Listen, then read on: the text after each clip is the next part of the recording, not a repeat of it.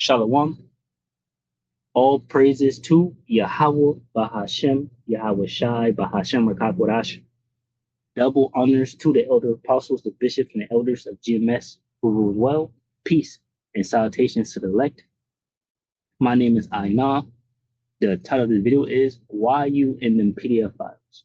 Right. And I have an open file because the files are open, right? And the people's eyes is open to these devils. All right. And I got this here from a brother. And maybe it'll set on YouTube. This can be the image, which is the brother put together is nice. All right. Shalom to you, bro. All right, GMS Watchman. Subscribe, be edified, title, and I'm gonna play this video also, a little bit of it. It says Jacob Rothschild amidst creation of Israeli state. All right. Now, I watched this video, which I'm gonna get into. This good video. You should watch the whole video. I'm subscribed to her. All right. You should watch the whole video. Good video. It's all there, everything, all of it. All right. It's real good. This is Job 9:24. It says the earth is given into the hand of the wicked, covers the faces of the judges thereof, if not where and who is he? Right? Esau, Edom, the wicked. Right, starting with these Amalekites, right? These Rothschilds, the top banking elites that run the world. Right. They took control, going back to the Renaissance period, right? And they went about setting up shop, deceiving the people, right? And putting up their own images. Okay.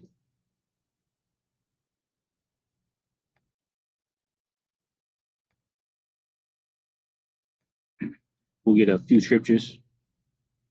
Revelations 20:7, it says, and when 1,000 years are expired, Satan shall be loosed out of his prison. So the wicked, these Edomites, right, that were driven forth from among men, pursuant to Job 30. They were underfoot in subjection, right, while the Israelites ruled. The Byzantine Empire, history that they hide, just like they hid or tried to hide themselves, and the fact that they run the world. They after the Byzantine Empire fell, different things happened, but ultimately, what came out of that is the Renaissance period, Britain and all of that, Revolutionary Wars, America, the colonies and the United States and all of that. All right. But at the same time, these banking elites set up shop. They're behind the wars that happened. They funded the wars. They even made money from the beginning, right? Even don't going into the stock market and insider information, to set themselves up about who won the war, right? And all these different things. They go way back. All right. It says, and when 1,000 years are expired, Satan shall be loosed out of his prison and shall go out to deceive the nations which are in the four quarters of the earth, Gog and Magog, which is Russia, to gather them together to battle, the number of whom is at the center of the sea. So ultimately, the battle will end with Russia, right? And right now, these devils are fighting Iran, and Russia is going to help them. All right. It says, and deceive the nations. That's what I wanted. They deceive the nations in many ways, right? That's why Isaiah 32 says what it says. Because everyone wants to be like America. Everyone thought, everyone wants to be like America. Like, this is just the place to be. The people here is the best. I mean, the Israelites, of course, we're the best. So, but other than these people, these devils, they're the wicked. People want us to be like them. And now they're finding out that they don't really want to be like them. Isaiah 32:5 says, the vile person shall no more be called liberal, nor the churl said to be bountiful. All right, for the vile person will speak villainy, and his heart will work iniquity, right, to practice hypocrisy and to utter error against the Lord Yahweh, Bashan Yahushai, right? So this devil is totally against, right, everything about Yahweh, Bashan Yahushai, right? And that's the Yahweh's name of the Father, right? Yahushua is the name of the Son, the true names, right? That they also hid, right? The scriptures say they covered the faces of judges thereof, right? That starts with God, right? And his son and his people and the angels and all of that, who are a dark race of people. Everyone in the world has a pigmentation to them, except the wicked, all right, the true wicked, because through slavery and mixing and things like that, we're all different shades. Some of us have become really light, but as you can see, if you're so light like these devils, they get skin cancer and things like that. So Yahweh, the God, the power, wouldn't make people just to sit here and get skin cancer from the sun that He also made. Only people that would deserve something like that is the wicked. All right. It says, for the vile person will speak villainy, and his heart will work iniquity, to practice hypocrisy, and to utter error against the Lord Yahweh, to make empty the souls of the hungry, and he will cause the drink of the thirst to fail. All right, the instruments also of the true are evil. He devises wicked devices to destroy the poor, lying words, even when they need to speak of right. So this devil, he practiced, mischief, right? He devises wicked schemes and plans and things. He put things and, set things up, prescribes them, right? Isaiah 10:1, it says, woe unto them that decree unrighteous decrees and that write grievousness, which they have prescribed long thought out plans, right, about what they want to do. Plans like, did I finish this? Plans like us not knowing who we are as a people, that all nations had a part in. All right, Psalm 83. Psalm 33:1, it says, keep not thou silence, O power, hold not thy peace, and be not still, O Yahweh. For lo, thine enemies make a tumult, and they that hate thee have lifted up their head. They have taken crafty counsel against thy people, and consulted against thy hidden ones. They have said, come and let us cut them off from many nations, that the name of Israel may be no more in remembrance. That's the point, right? Because we are the true Israelites. That's why we're hidden as the people to the world. They believe that these devils are the people. If this was the case, the scripture would be fake right here, right? It wouldn't be true. If they said, let the name of Israel, they didn't want you to know who we are, the true Israelites. So they put in slavery. It says, for they have consulted together with one consent, they are confederate against thee. The tabernacles of Edom and the Ishmaelites of Moab and the Hagarenes, Gebel, Ammon, and Amalek, Philistines, with inhabitants of Tyre. Ashur also was joined with them. They have hope in the children of Lot, Selah. So all nations had a part in our downfall, right?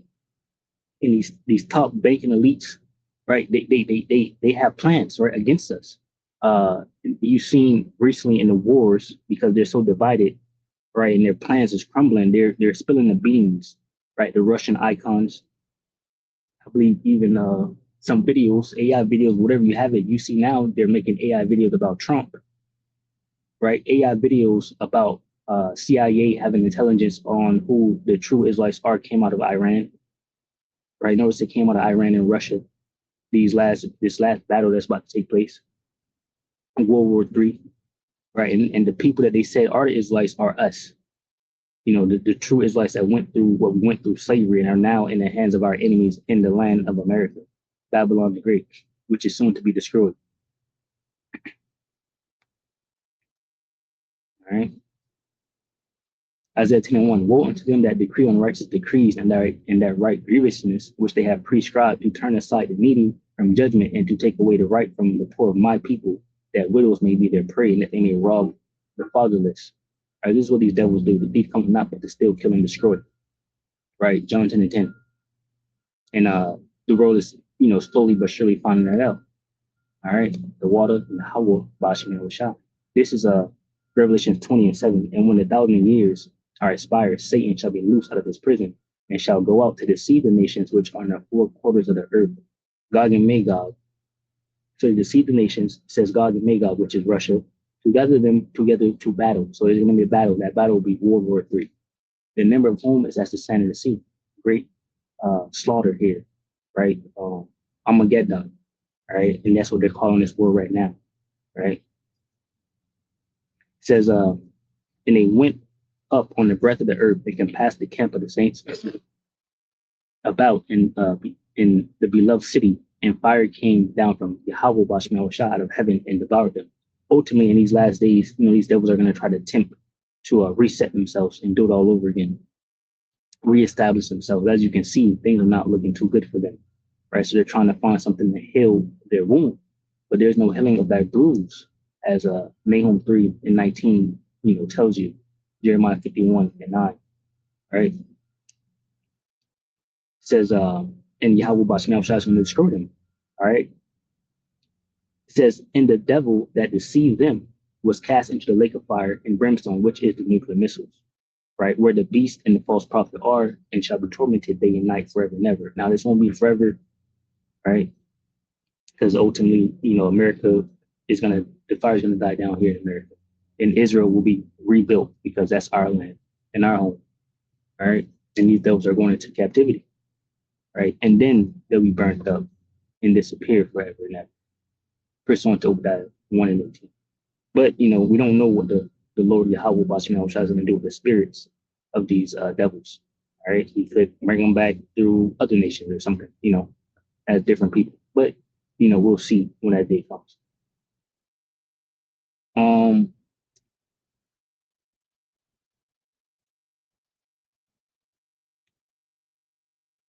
right, so I guess this is it right here. I wanted to grab First Maccabees 3:48.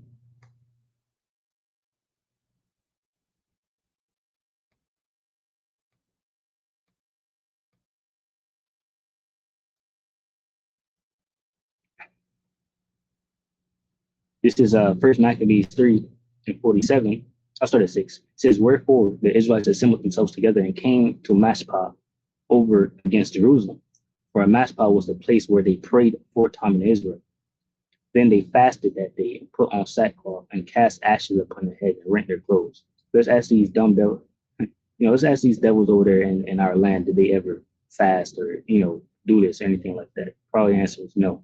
Right. And laid open the book of the law, wherein the heathen had sought to paint the likeness of their images. If you look at all the religions of the world, everyone got their own religion, right?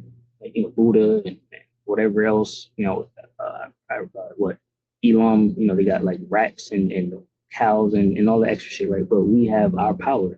And who tried to take our power? The Christians, right? The Roman Catholic Church, right? What did they do? They painted white people, but they used our book.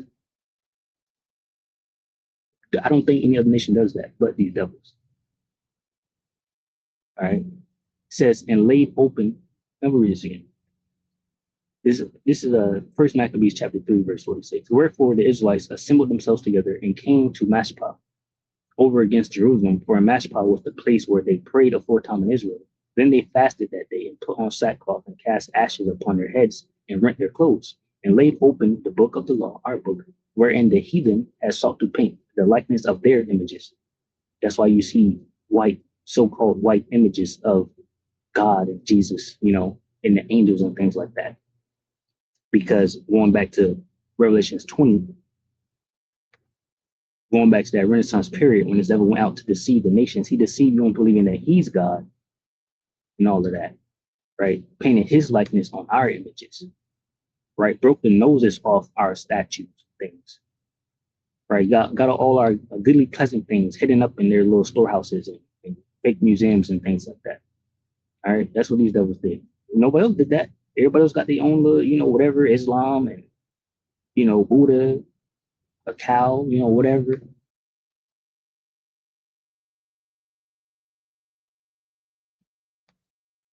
Second, Thessalonians 2, point is in 4, but this is 1. It says, now we beseech you, brethren, by the coming of our Lord Yahweh Shai and by our gathering together unto him, that ye be not soon shaken in mind or be troubled neither by spirit nor by word nor by letter as from us, that the day of Yahweh Shai is at hand. Let no man deceive you by any means, for that day shall not come except there come a falling away first.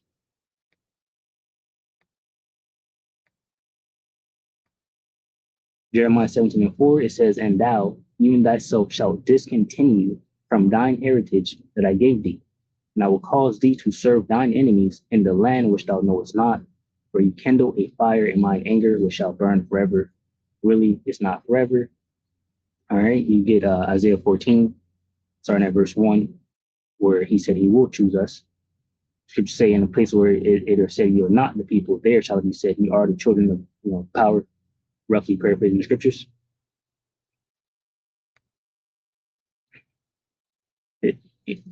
Second Thessalonians 2 and 3, let no man deceive you by any means, for that day shall not come except there come a falling away first, and that man of sin be revealed, the son of perdition, who opposeth and exalteth himself above all that is called God, or that is worshipped, so that he as God should have been in the temple of God, showing himself that he is God. Right? He painted images as himself. He made you believe God was a white man. Jesus was a white man. The angels are white,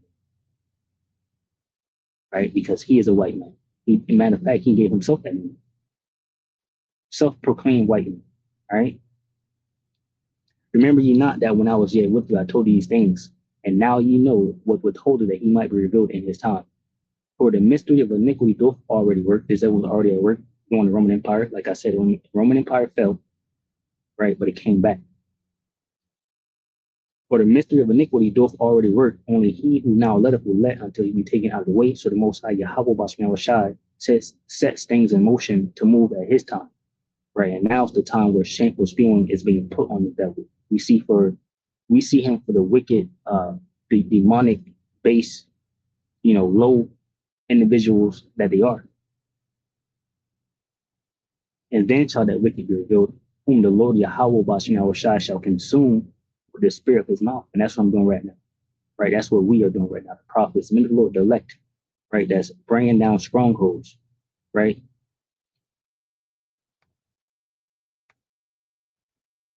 And lies. Right? I always get mixed up with this. 10,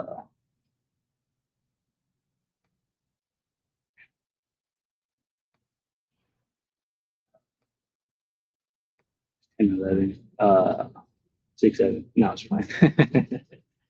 I don't know what that is. That's 6, 7. I ain't gonna look it up. But anyway, 2 Corinthians 10 and 1. Now I, Paul, myself, beseech you by the meekness and gentleness of Yahushua, who in presence am base among you, but being absent am bold toward you.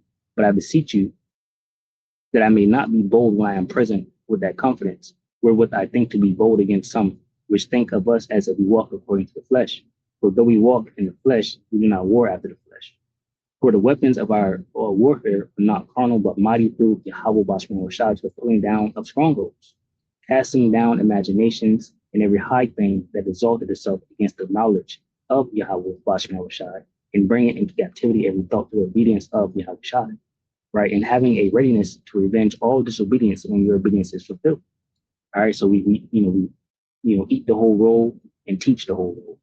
All right, and we bring down these strongholds, these lies. And brothers have been doing this for years, starting with our elder apostles, right, going back to the 1960s. Right, we have entered into other men's labors.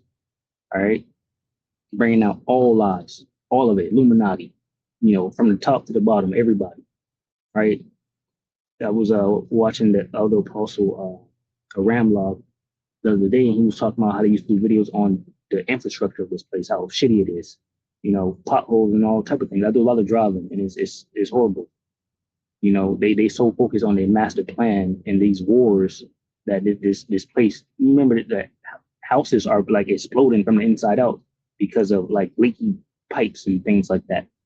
This place is this it's America. All right. Let me go back where we at.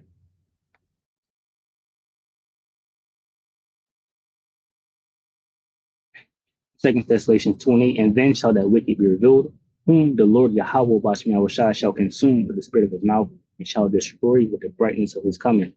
Right? Yahweh is on the way. That's why they're calling this war Armageddon. That's why they're trying to bring back Jesus Christ. His name is Yahweh, and they can't bring back shit. He's on the way though, definitely, because everything that's happening is according to prophecy. All right, these devils are just confounded, all right, and believing a lie that they have some type of power, right? That they're God. Isaiah 10 tells us that this devil was a tool in the hands of Yahweh Bashmi Shai. All right. Even 2 Thessalonians 2:9, even him whose coming is after the working of Satan, with all power and signs and lying wonders. This devil was coming in the power of Satan, with all deceivableness of unrighteousness in them that perish, because they receive not the love, truth, that they might be saved. So this devil's going to trick everybody whose name is not written in the book of life. All right. So I'm gonna grab the brother's video, because where I got this lady's video, basically is gonna be right after she played this video right here. All right.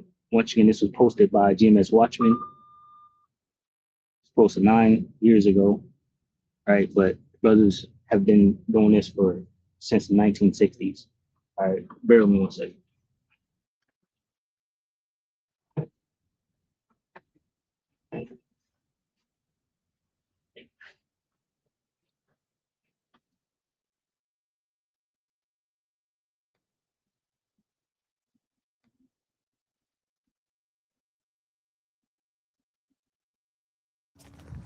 It's 67 words long, it's 100 years old, and it changed the course of history for the Middle East and the Jewish people. The Balfour Declaration, the expression of the British government's support for a Jewish home in Palestine, was sent by British Foreign Secretary Arthur Balfour to the second Lord Rothschild. I'm here in Buckinghamshire at Waddesdon Manor to speak with the fourth Lord Rothschild about the Balfour Declaration, what it means for Britain, for the Jewish people, and the Rothschild family. See this fucking little ad? The Amalekite right there. These are Amalekites in this house right here. The Foreign Office, November the 2nd, 1917. Dear Lord Rothschild, I have much pleasure in conveying to you, on behalf of His Majesty's government, the following declaration of sympathy with Jewish Zionist aspirations, which has been submitted to and approved by the Cabinet. So it's possibly the most famous letter in modern Jewish history, and it begins with 3 words: Dear Lord Rothschild. Why was it that this letter was sent by the Foreign Secretary to your great uncle Walter?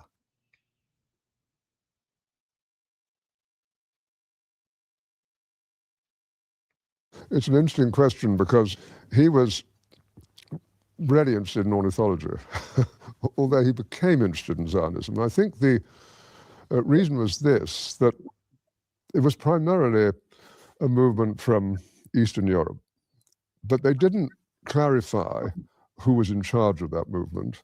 And in addition, it was, after all, in Great Britain. So they felt that And yeah, I'll probably just play it slow, whatever the case may be. But these devils, they all over the world in different hubs, at the top, banking, So that's probably what he's talking about, where it came from, this or that. He's talking about like his brother or something. Rothschild family should be the one to whom it was addressed. And Walter was Lord Rothschild, and he was a Zionist. And those really are the background reasons. So Walter Rothschild, Zionist. Walter received the Balfour Declaration, and I have a copy here. And I wonder if I could possibly ask you to read it for us. Yes, indeed. Yeah. I'm going to put on my spectacles to make sure I read it accurately. His Majesty's government view with favour the establishment of Palestine as a national home for the Jewish people, and will use their best endeavours to facilitate the achievement of this object, it being clearly understood that nothing shall be done which may prejudice the civil and religious rights of existing non-Jewish communities in Palestine. Sorry, because I did that with the screen going black. I was trying to see if I could stop the noise. I'm hearing some type of noise. I don't know if you hear it. Right, you can, pause the video and check all this information out right here.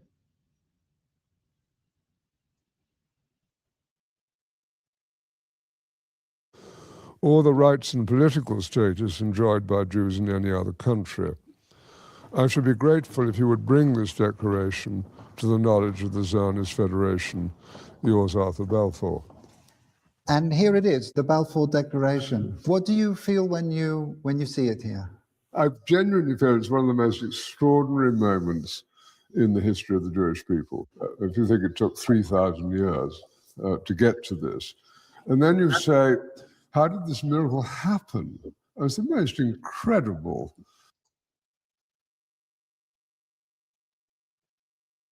So going back to, their period, you got the Renaissance period, and then, the Revolutionary Wars and these different things, and that puts you around the ballpark of, basically the time frame, sometime after the 1400s, and they had to obviously conquer and got the Revolutionary Wars. You look up the dates. Piece of opportunism. I mean, if you think you had an impoverished would-be scientist, Chaim Weizmann, who somehow gets to England, meets a few people, including members of my family, seduces them. He has such great charm and conviction. He gets to Balfour, and he unbelievably persuades Balfour and Lloyd George, the Prime Minister, and most of the ministers, that this idea of the national home for Jews should be allowed to take place. I mean, it's so unlikely. And then he's, starts to fight a difficult battle with the British cabinet, and this letter goes through 5 drafts, as you know. And in the end, it comes out as a rather compromising letter. I mean, the essential point is there for the Jewish community to fasten on to. You have the first bit, which promises a national home rather than the national home. And then you have the bit that nothing that's to be done should in any way harm the Arab community.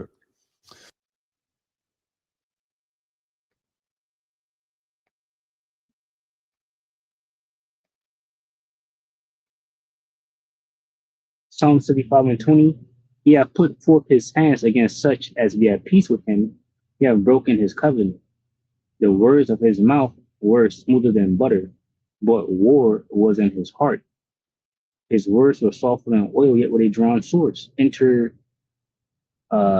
Israel against Lebanon, and Israel against Hezbollah, Israel against Yemen, Israel against Qatar, Israel against UK, Israel against UAE, Israel against Iran, Israel against America. And that's, they hit the USS Liberty, I believe it's called, and just different things, that they did. But I mean, given, all the information, most likely the top government officials, know about it, right? But you come back to the big point, which is that this is perhaps the greatest event in Jewish life for thousands of years. And it's a miracle that it took place.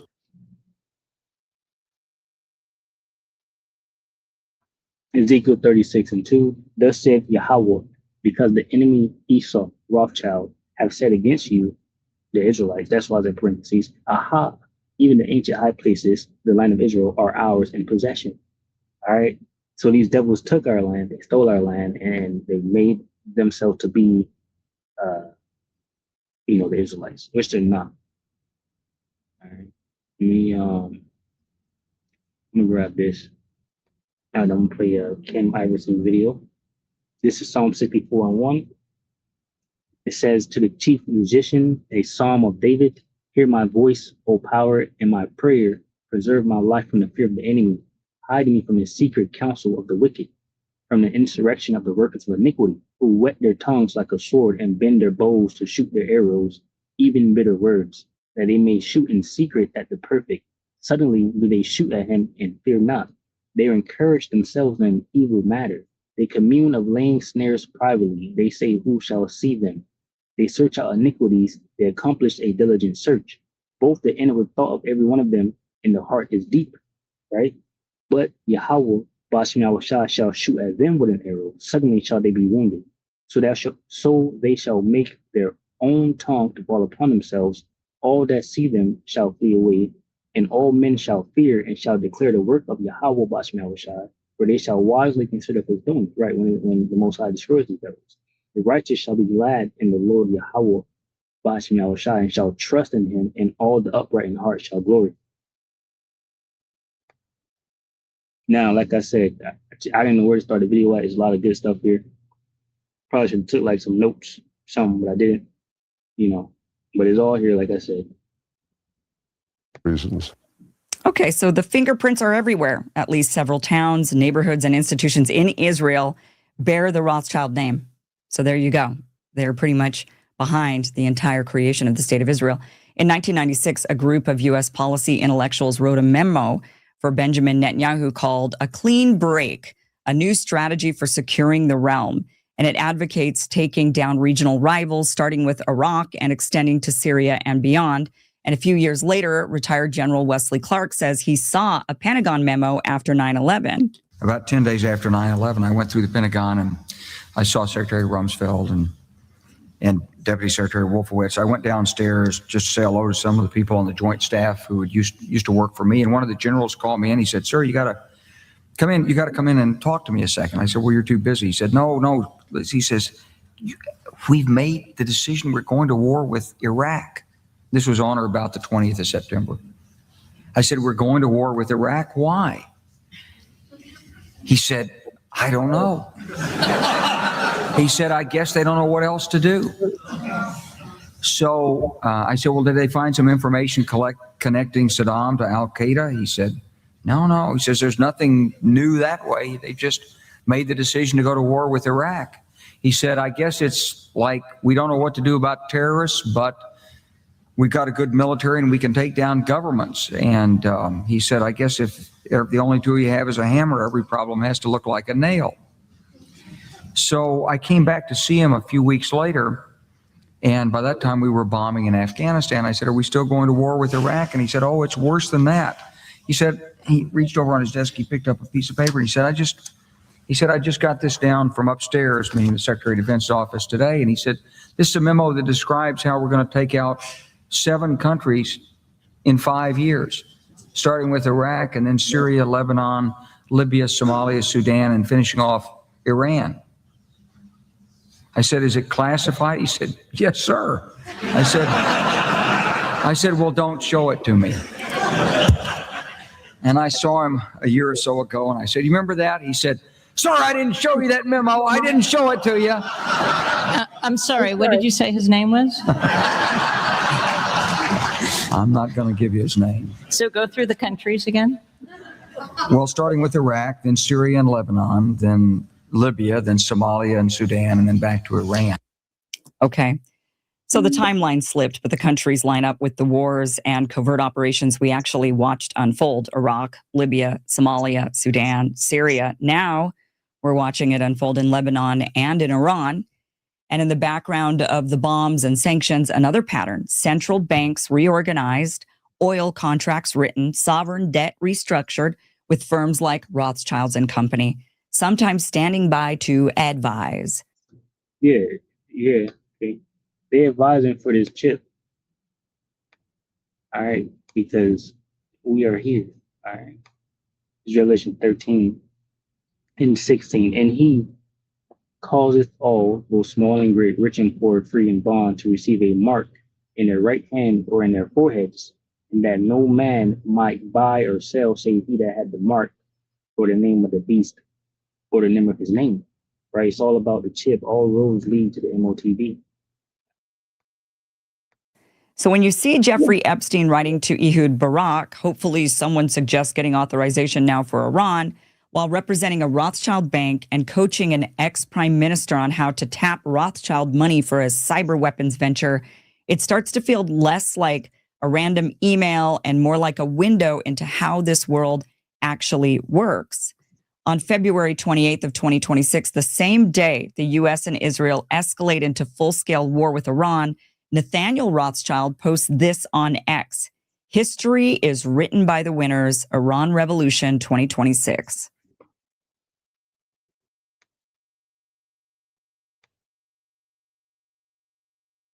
Psalm 64:7, "But Yahweh Bahashem Yahushai shall shoot at them with an arrow. Suddenly shall they be wounded.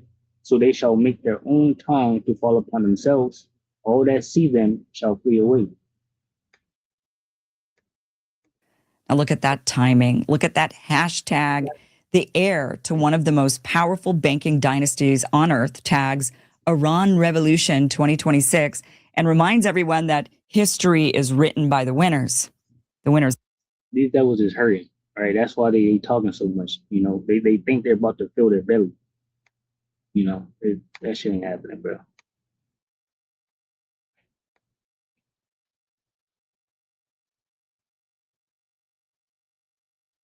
Job 20:15, he hath swallowed down riches, and he shall vomit them up again. Yahweh, Ba'ashim Yahushua, shall cast them out of his belly. He shall suck the poison of asps. The viper's tongue shall slay him. He shall not see the rivers, the floods, the brooks of honey and butter.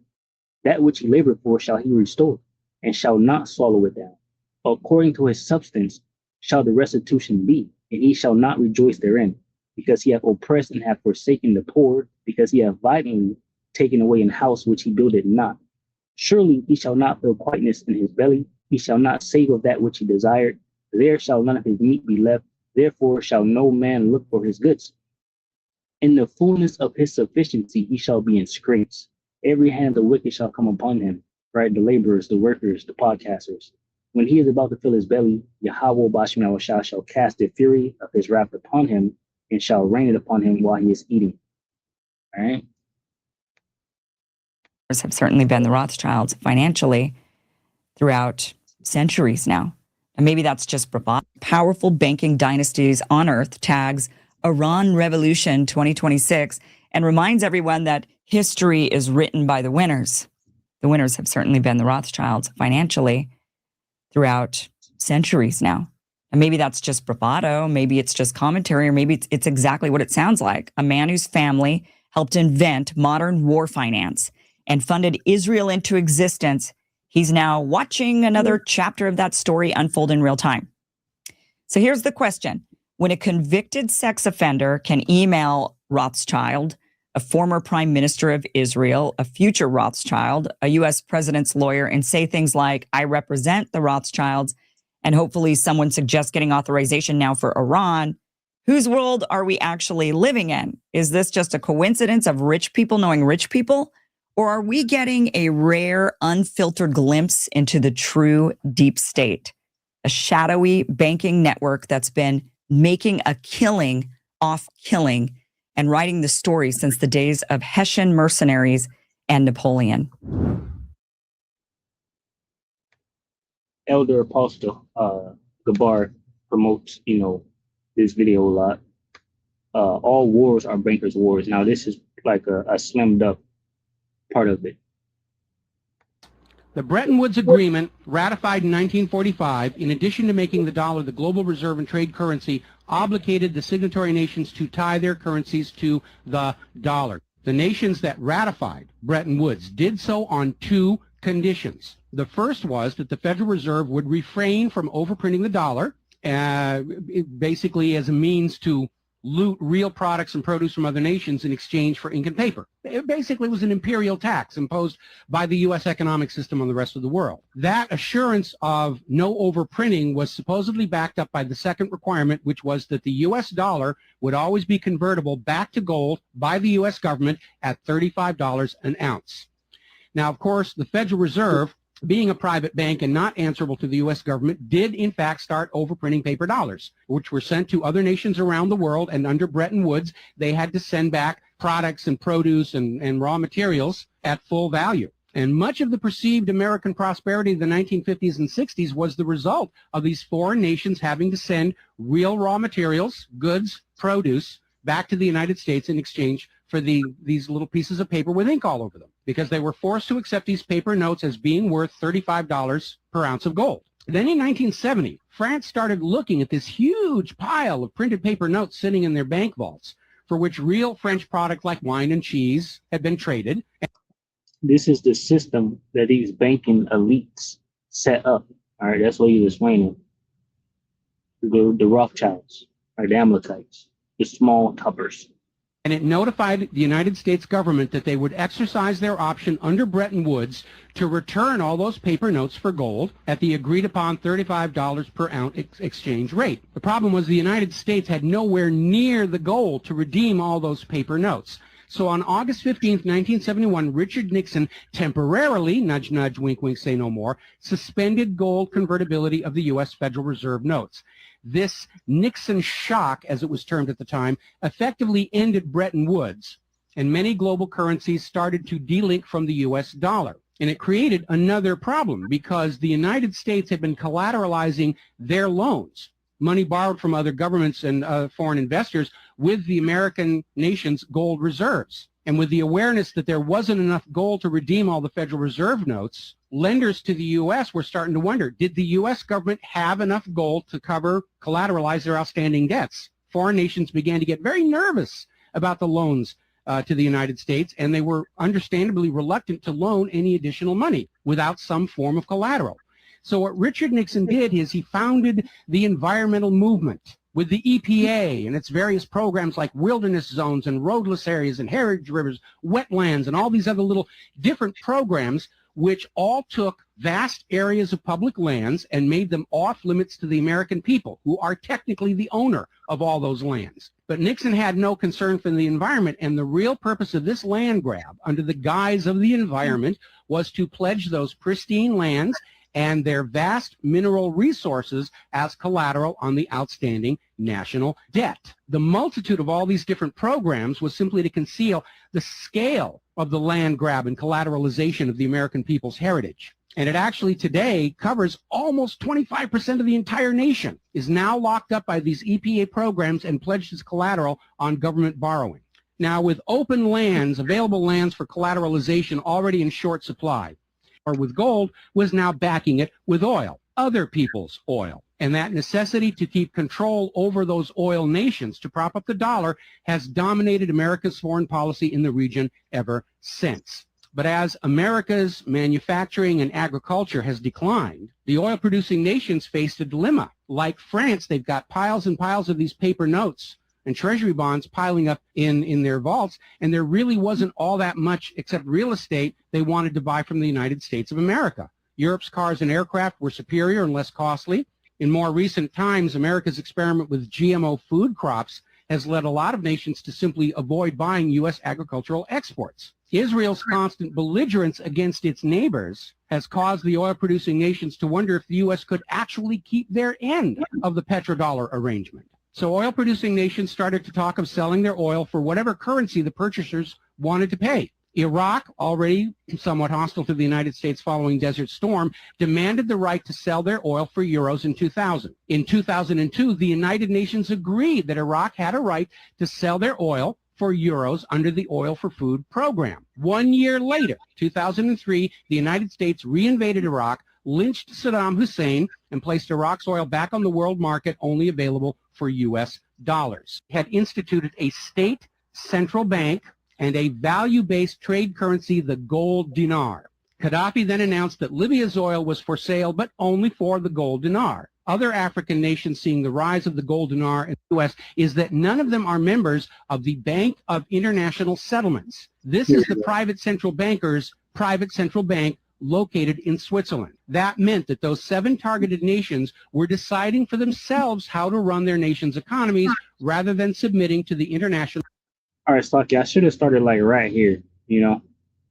Slakia, you play a little bit more. Now, according to General Wesley Clark, the master plan for the dollarification of the world's oil nations included 7 targets: Iraq, Syria, Lebanon, Libya, Somalia, Sudan, and Iran. Venezuela, which has started selling their oil to China for the yuan, seems to be a late addition. What is notable about those original 7 nations targeted by the U.S. is that none of them are members of the Bank of International Settlements. This is the private central banker's private central bank located in Switzerland. That meant that those 7 targeted nations were deciding for themselves how to run their nation's economies rather than submitting to the international private central bankers. Now, of course, the bankers' gun sights are on Iran, which dares to have a government central bank and sell their oil for whatever currency they choose. The war agenda for Iran is, as always, to force Iran's oil to be sold only for dollars and to force them to accept a privately owned central bank. Now, you have been raised by a public school system and a media